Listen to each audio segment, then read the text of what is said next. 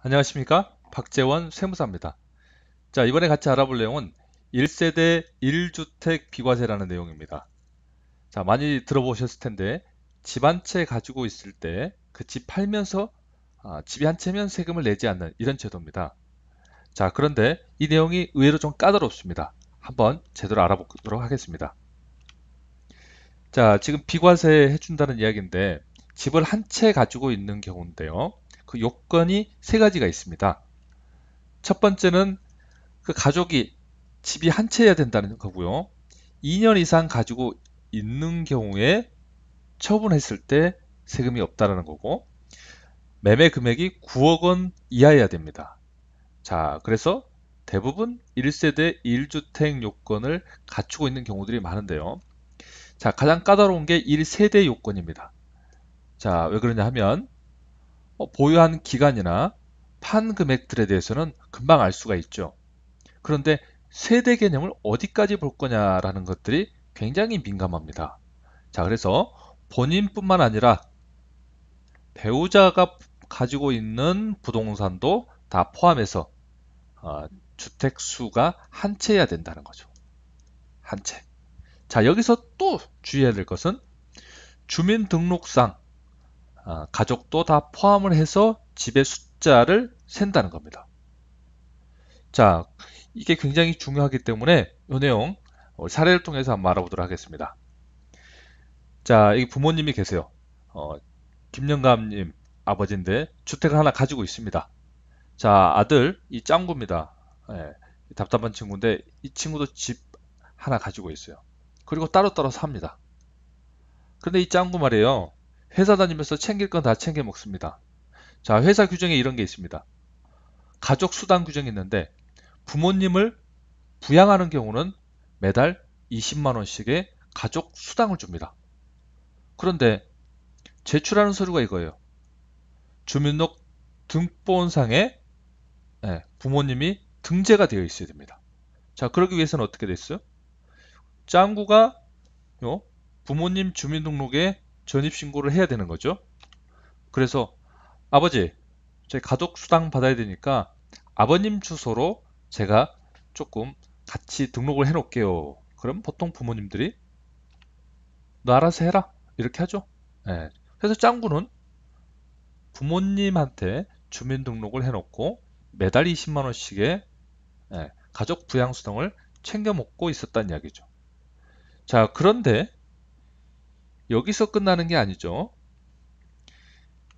자, 그런데 이 아버님이 집을 팔았어요. 아버님은 집 한 채인데 20년 전에 가지고 있었습니다. 20년 전부터 7천만 원에 샀는데 3억에 팔았습니다. 자, 3억에 팔다 보니까 차액은 많이 났지만 아버님 기준으로는 집이 한 채라는 거죠. 그래서 세금이 없을 거다라고 생각을 한 거죠. 자, 그런데 어느 날 무서운 곳에서 전화 한 통이 걸려옵니다. 국세청이죠. 집이 두 채입니다. 그 집은. 그래서 뭐 차액 2억 3천, 차액에 대해서 양도세 2천만 원 내세요. 라는 청청병력 같은 소리가 전화로 옵니다. 이거 도대체 무슨 일이지? 우리 짱구가 도대체 무슨 일을 저질렀구나 라고 생각하는 거죠. 자, 여기서 우리가 알아볼 것이 이런 거죠. 도대체 이유가 뭐냐?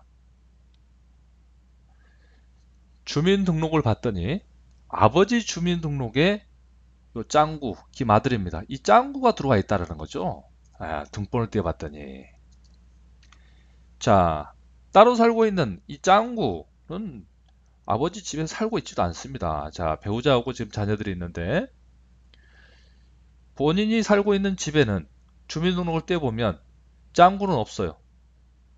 처하고 자녀들만 주민등록이 되어 있습니다. 자, 그렇게 되면 어떻게 되느냐? 아들은 예, 부부는 일심동체. 자, 그래서 주민등록이 같이 되어 있기 때문에 이 모두가 한 세대가 되는 겁니다. 자, 그래서 부모 세대와 자녀 세대가 합쳐진다는 거죠. 그래서 부모님 집이 있는지 없는지, 어머님 집이 있는지 없는지, 자식 포함하고 자식은 또 부부 일심 동체라 그랬죠? 배우자까지 집이 있는지 없는지를 포함을 해야 된다는 이야기죠.